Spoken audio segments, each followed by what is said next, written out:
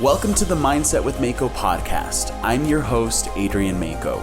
Join me each week as we delve into the transformative power of mindset and learn from successful business owners, influencers, and inspirational people who have changed their lives through the power of their mindset.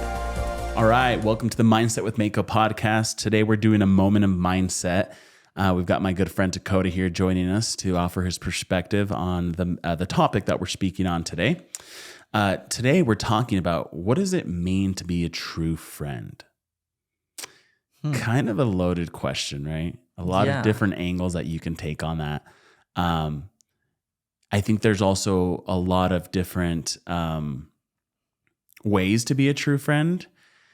And I don't think they're exclusive either. I almost feel like a true friend is well-rounded in every level that a real friend needs to show up at. The first thing that comes to my mind when it comes to being a true friend is a true friend, what's the word I'm looking for? Holds you accountable. That's a big one. A true friend calls you out on your shit. Yeah. Okay. The reason this one pops into my head first is because I've just seen in my personal friendships and then in other friendships that I observe, people letting their friends make poor decisions or people letting their friends slip up on the promises that they made, or whether that's work or personal or relationship kind of promises, right? A good friend calls you out in your shit and when you're doing something that's not good for you, for the world, or for someone else. It's kind of funny because it's a fine line between being a babysitter though and keeping someone accountable. I also don't think a good friend should be your babysitter, right? Because you're an adult and you have to have some level of personal accountability. Exactly. But a good friend should be there to help you when you may be in a situation when you're feeling a little weak or you're feeling tempted to do the wrong thing. And that's when a true friend steps in and is like, hey, dude, didn't you say you weren't freaking drinking soda? Order water. Don't be a dumbass. You know? Yeah. Things like that. And then it's like, dude, you're right. I was talking to Daggy, Alec Daggy in the group, the other night, and he's like, I'm gonna go on a walk. I was like, I was supposed to go on my walk. I haven't hit my steps. He's like, dude, come on, like, let's go on this walk together, and we'll talk on the phone. I'm like, fuck, you're right. That's a good friend. Yeah, that's a good friend who pushes you to hold you accountable to your promises that you've made. And if this isn't you, but you want to be that person, mm-hmm. it's a little bit uncomfortable when you start. Mm-hmm. You have to take that step to let them know, hey, you're a little bit out of line on this. Right. And the more that you do that with that person, the deeper your relationship's going to go, the more of a true friend you're going to be able to be. But if you want to take your relationship to that next level, you've got to be willing to do it, no matter how uncomfortable it is. And sometimes that means risking them being angry at you. Yeah. Because in their state, they might, one, be upset that you called them out. Sure. Or two, they still might not even see it with whatever lens that they're wearing, that like, oh, I am out of alignment. Yeah, this is wrong. Right. And you risk having them upset at you. But on their side, if they are a true friend, they're going to be upset. Then they'll eventually come back to you and be like, yeah, you were right. I was off on that. Thank you for calling me out. Right. Yeah. Yeah. True friends don't just let you slip up on everything and let you make poor life decisions. Then it's like, why are you even here? I think another thing to kind of side piece that is enablers. A true friend does not enable you to make poor decisions. If you find yourself doing stupid shit when you surround yourself around a certain person, odds are they're an enabler. Odds are they are not a true friend, especially when you have specifically told them like, hey, I've set a goal for this, whether it's like, I'm not drinking soda, or I'm not drinking alcohol, or I'm not doing X, Y, and Z. And then they come in and they do it around you, or they try to enable you. That's not a good friend. It's almost like a yes man. Yeah. They're just there to make you happy or tell you what you want to hear as opposed to what you need to hear. That you hit the nail on the head. That's another aspect to this of a true friend calls you on your shit, because a true friend also gives you the honesty, right? Because you also don't want yes men. You don't want people that just blow smoke up your ass, right? Like if I ask you for your honest opinion, like you obviously produce all my podcasts, right? I'm like, hey, was this good? Or how was my tone here? You've said like, try this. I didn't really like, I love that. I hate people who are like, yeah, it was good. Or like, yeah, you're fine. Or it was perfect, because whether it's either they don't care or they are too scared to tell you that you did poorly, right? Yeah. And that's not a good friend, Yep. right? The second thing here, as far as a true friend goes, is a true friend has your back fully and always, whether you're there or not, right? That's the important part. Because it's easy to have someone's back or be someone's friend when you're face to face. But when you're in a room around other people who may be talking poorly about your friend, what do? Do you sit in silence? Do you speak up? Or do you agree with them?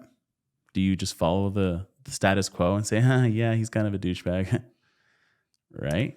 So I've got a quick story on this. Yeah. That when I was a junior in high school, me and a bunch of buddies were out camping, and some of them started trash talking one of my friends who she wasn't there. And me and another one of my friends, we didn't trash talk. Like we just sat there, but we sat there in silence. And it got back to her that all these guys that were on the camping trip were talking trash about her and her family. And there you're was now some categorized in miscommunication, that. and I was now categorized in that. And so when she came to me and the other friend and said, I thought we were friends. Like she literally said, I thought that we were friends. Damn. And I at the time did not know what I know now. And I said, well, like we didn't talk bad about you. Like Right. it was them, this and that. And she said, it doesn't matter. You didn't stand up for me and my family. And that's like, I'm so glad that I had that experience, because to learn that as a junior in high school, Yep. like since then, I have always been like, no, if you're going to talk bad about somebody that I care about, I'm gonna call it out. Call it out. Because I made that mistake. And that's one of probably two people that I screwed up really good friendships with because of my inactions. Right. No, I can definitely see that. And it's a difficult situation to be put in, especially when you're surrounded around people who are also your friends and you trust. I'll provide a little example too that has happened to me maybe once or twice, honestly. Sometimes people talk poorly about Jimmy.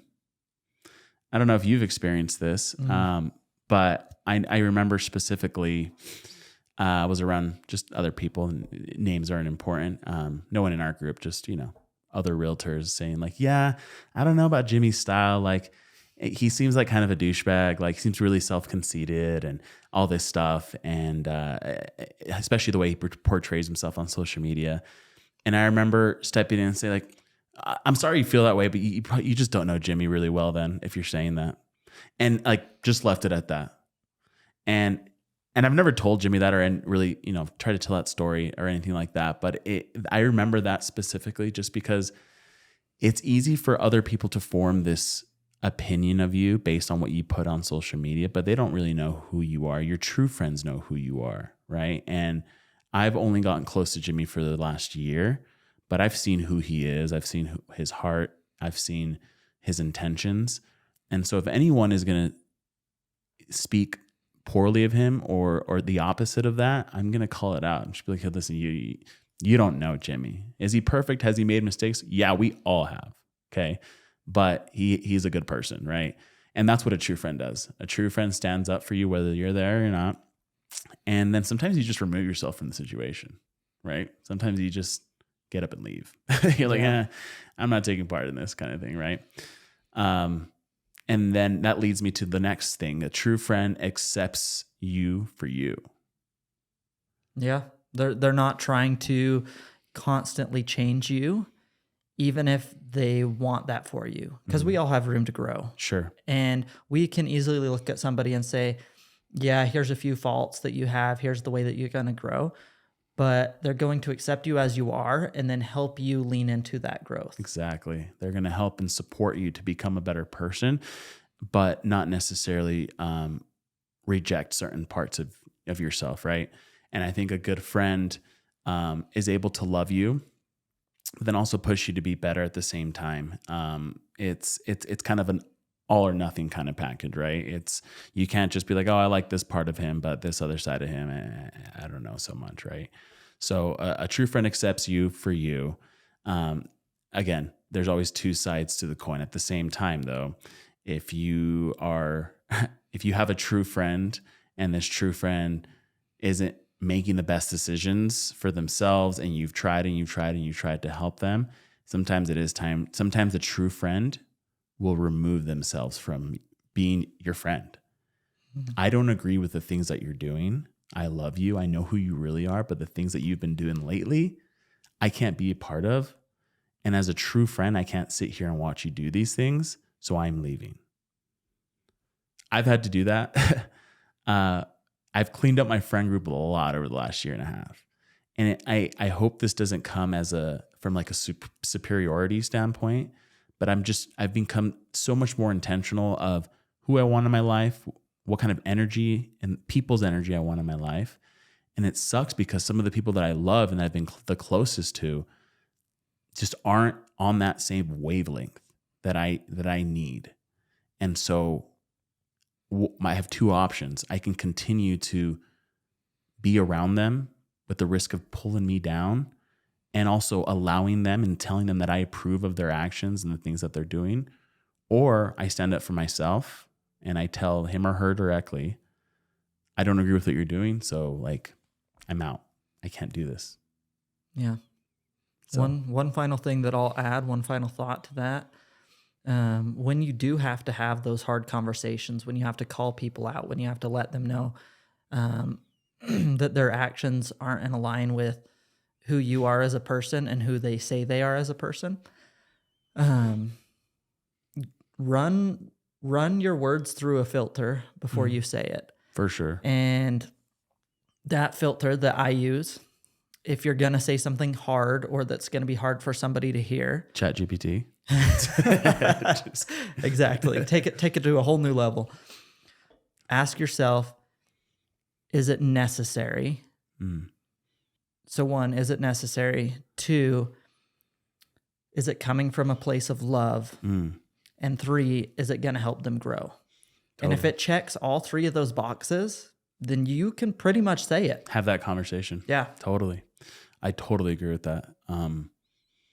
And again, that's what a true friend does. They keep you accountable. They call you out on your shit. They tell you what you need to hear, not what you want to hear, right? And then last thing I would close with is friends show up for you always, right? I could put out a message right now to all the We Are the They guys, be like, hey guys, I need help moving a couch tonight from Lehigh to Provo. I'd have 5 trucks at my house. Right. Yeah. I use that specific scenario because you really know who your true friends are when you move. When you're like, hey guys, I'm moving. I got all these boxes. Who can help? I'll buy pizza. And then depending on who shows up, even for like an hour, it's like, okay, these are my homies. These are my true friends. They show up for you always, physically, emotionally, and mentally. So that's it. That's the trifecta. Love it. All right, homies. All right, people. Thanks for listening. I hope this was helpful to you guys as far as, analyzing and figuring out what a true friend is. I invite you guys to think about your group of friends and see all the things that we've listed off today. Do they check that box, or do they check some, or maybe none at all? Maybe it's time to let go of some certain friendships or have those hard conversations that you said that check those 3 criteria. And then sometimes it's time to level up your friendships too. Sometimes it's not about abandoning the friendship, but sometimes it's about having a difficult conversation and telling them, hey, I want our friendship to improve. So now I want to incorporate X, Y, and Z into our friendship. Friendships and connections and relationships are the foundation of everything I do. They're the most important thing to me in my life.